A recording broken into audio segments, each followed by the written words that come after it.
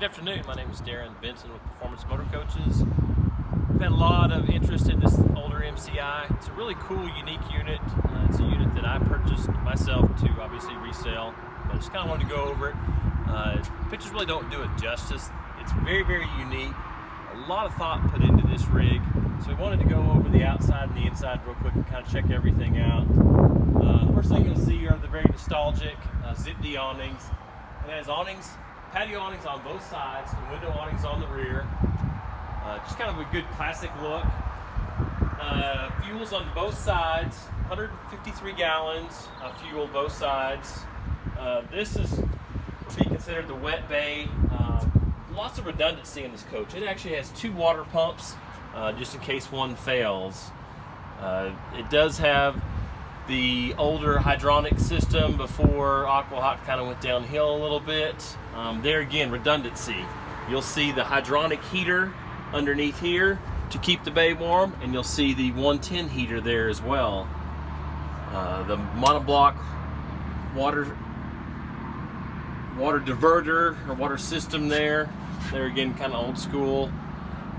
Just a lot of really unique pieces to it. Gray and black water.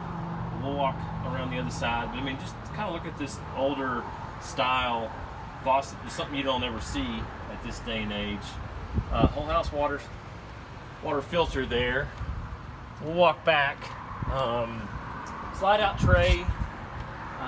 These actually access a portion of the torsion suspension. This has no airbags whatsoever. This bus was built in conjunction with Dina and MCI. It was actually built in Mexico, so it has a lot of the attributes you would find in a bus in South America, Central America. Basically the idea is less things to break. So it's pretty cool in that it does have torsion suspension instead of air. So you'll have just a soft ride, but without the issues with the airbags. All your control board for your hydronic system there. Battery switches for your 12 volt and your 24 volts. It does have a 24 volt. I think it's a 3,000 watt inverter on it. 24.5 rubber all the way around, which is pretty unique. Generally you got 22.5. These are 11R 24.5s all the way around. The date codes on those 14th week of 2017. So we got good batteries there.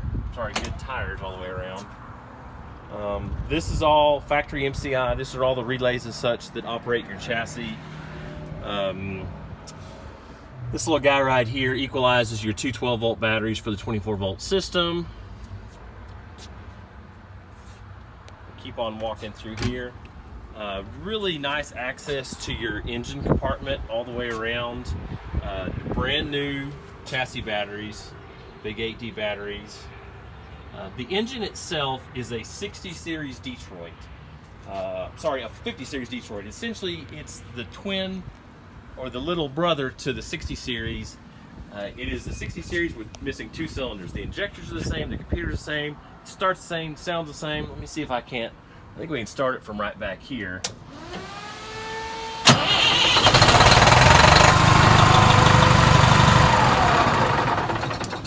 So, man, it sounds just like a 60 series, just a little bit less horsepower. This engine is rated at 320 horsepower and 1,150 foot-pounds of torque.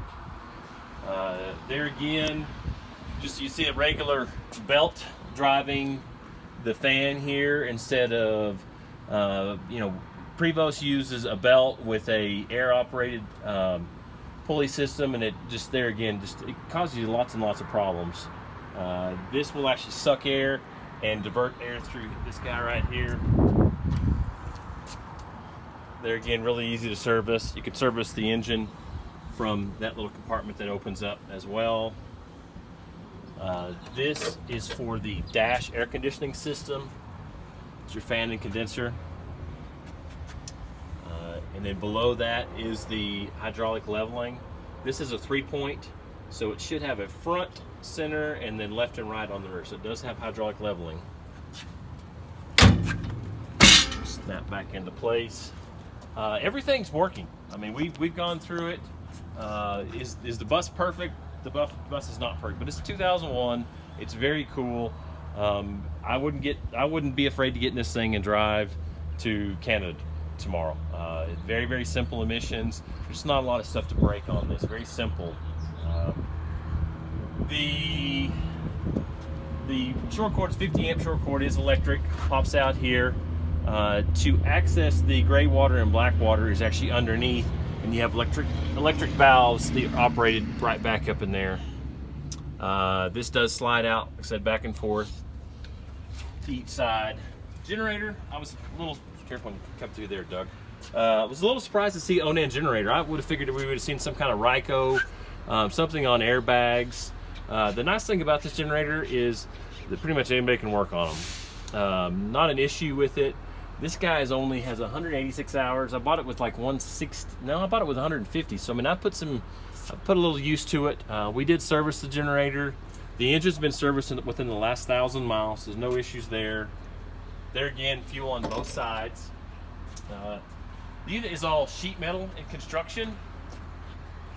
So none of the fiberglass you see like on the diesel pushers and whatnot. See the zipped awnings on both sides.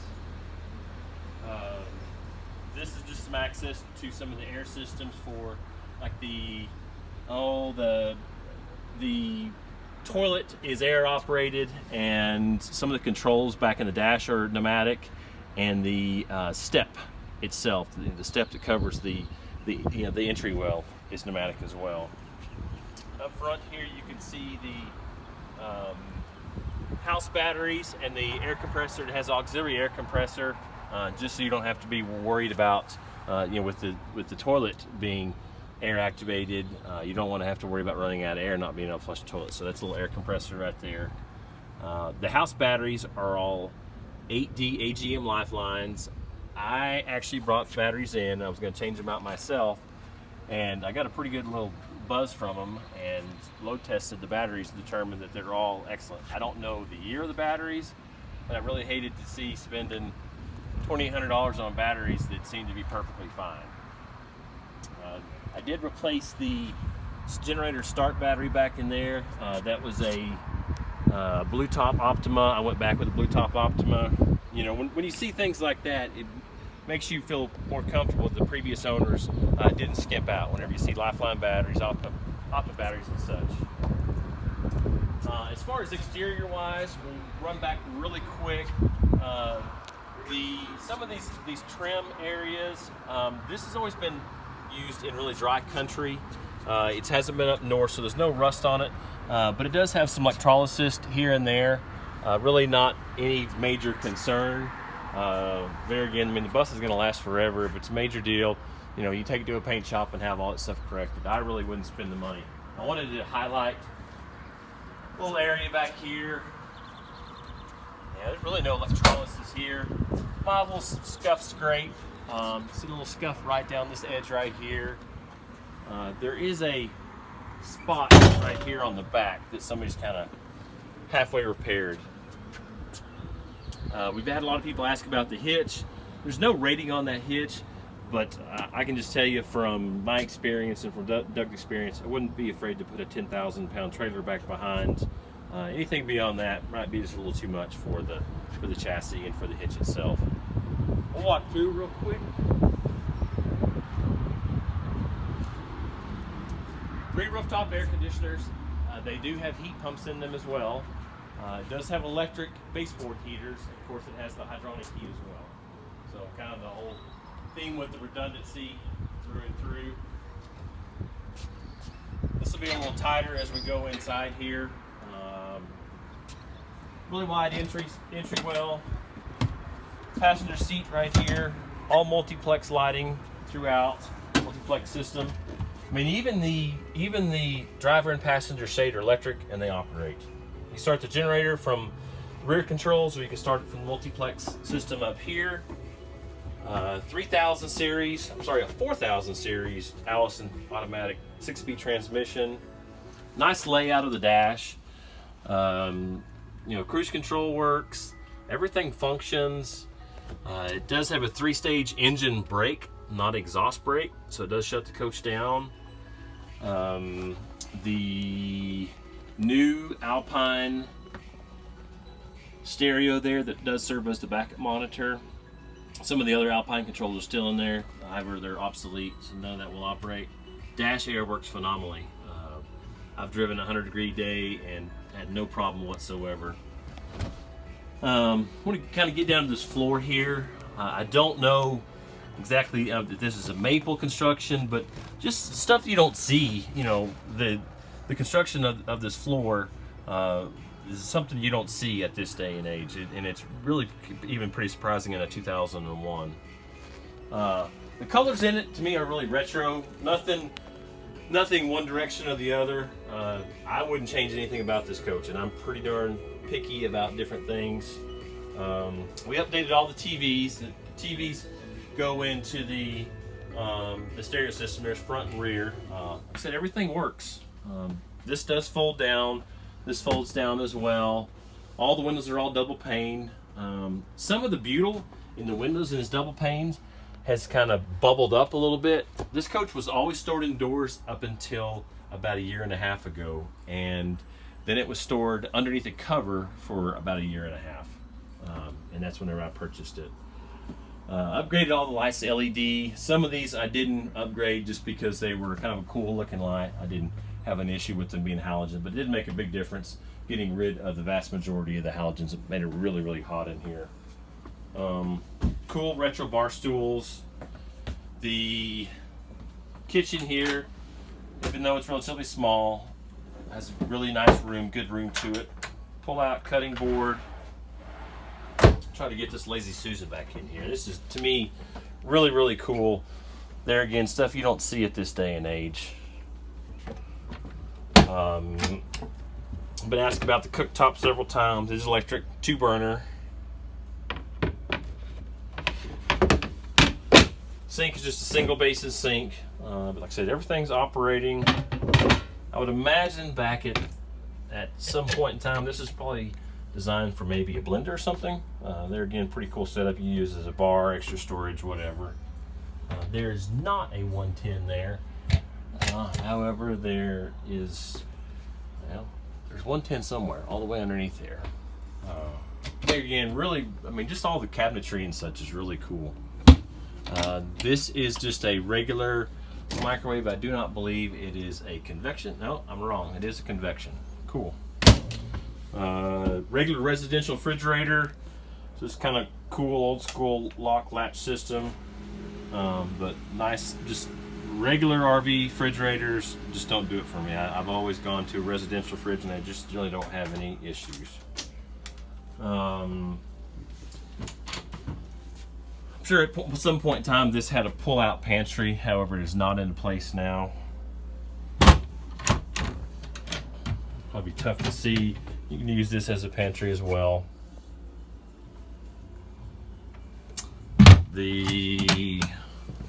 Like a broom closet, some of the electronics. We've taken most electronics out. Just at this day and age, there's just not a lot of need for the CD players and disc players and such. All smart TVs. It's a pretty cool setup in the bathroom here. There again, very retro looking glass sink. The wall sconce lights. The walls themselves have a lot of this really cool, unique wallpaper. There again, something you don't hardly ever see at this day and age, and even in higher end homes. I'm 6 foot tall. Had a lot of people ask about the shower. Shower is tight. I'm wearing regular tennis shoes. I'm 6 foot tall. I've got some room in here.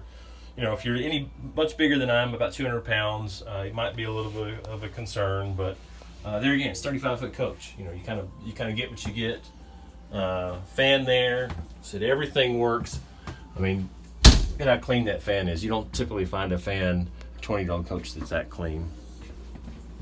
Kind of work our way around here. Pocket door into the bathroom. I'm sorry, into the bedroom. If you kind of follow me through here, Doug. This is going to be hard to see. This door actually latches back into place. I don't know if you're able to see that. That's the pneumatic toilet. And then let me open up this guy right here. It's a little warm. We didn't want to run any ACs to make any extra noise.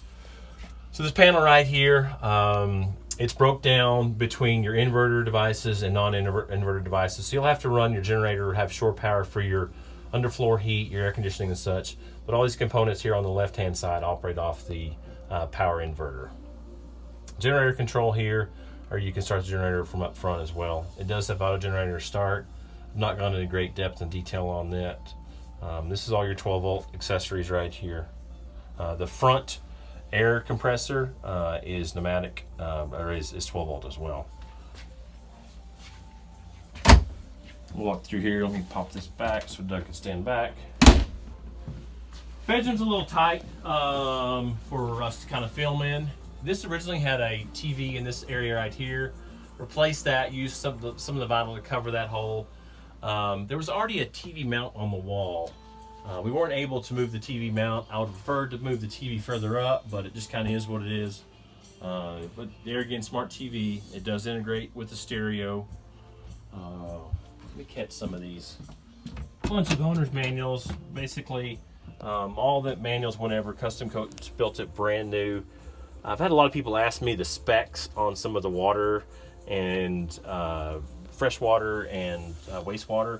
I can't find any of that info there. I've sent an email a few times to Custom Coach. I have not got anything back. There again, just kind of is what it is. I'm guessing probably 100 gallons of fresh water and probably 50 gallons of gray, 50 gallons of black. Lots of storage there. The bed does lift up. I'm pretty darn positive. Well, no.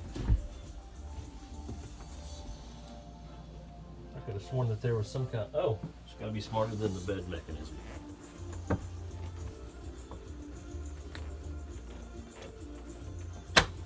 There we go. Does it have a safe underneath the bed as well?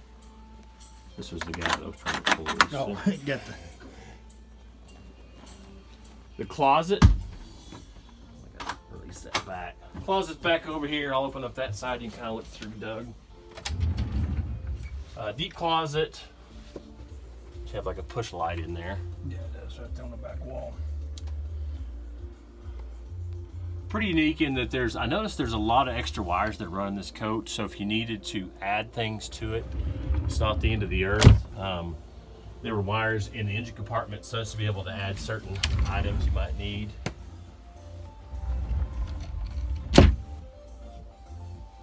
These are just 110 lights right here, everything else is 12 volts. Day-night shades all the way around. They're all in good condition. I believe that they've added this carpet on each side of the bed because it feels like just the end of the carpet. So if the guy wanted to go through, I would probably go through, if I own this coach, have somebody go through and sand the floor down to make that floor look brand new. It doesn't look bad, but it's just, that's a really high dollar floor and you could make that thing look brand new with just a little bit of work. There were some accent lights. I don't know if I can find them. I thought there were some accent lights that were, oh, it's because someone turned them off. So pretty cool in back there. Yep, someone just turned them off so you can see the accent lights. There again, just stuff that you don't typically see at this day and age. Just every little nook and cranny has a ton of storage.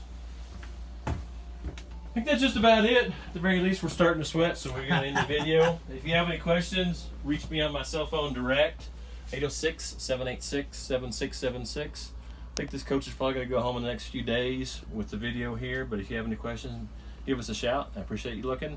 And if you like our videos, go down and hit the like button. Thank you.